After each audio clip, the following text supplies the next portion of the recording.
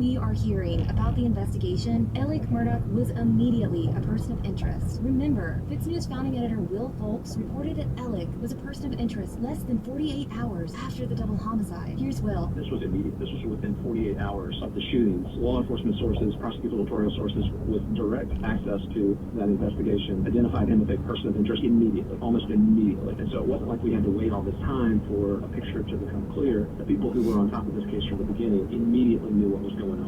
And in fact, Alec Murdaugh's own attorneys later confirmed that. So the fact that Duffy Stone didn't get the picture right away is disappointing. And I also know for a fact that Duffy Stone was told by several of his colleagues, you got to get away from this case. There was no shortage of people coming from all angles of this case telling Duffy Stone, you have got to get away from this case. You are going to compromise, or at the very least, complicate this inquiry. Alec was a badge-carrying member of Duffy Stone's office. He was a volunteer solicitor, a position that no one we have spoken to in South Carolina has heard of. Duffy Stone was reportedly handpicked by the Murdaugh family for his position as solicitor. And there's another conflict of interest that Will pointed out in his latest article in FITSNews. Duffy's relationship with a certain powerful string-pulling senator who happens to be Alec Murdaugh's attorney.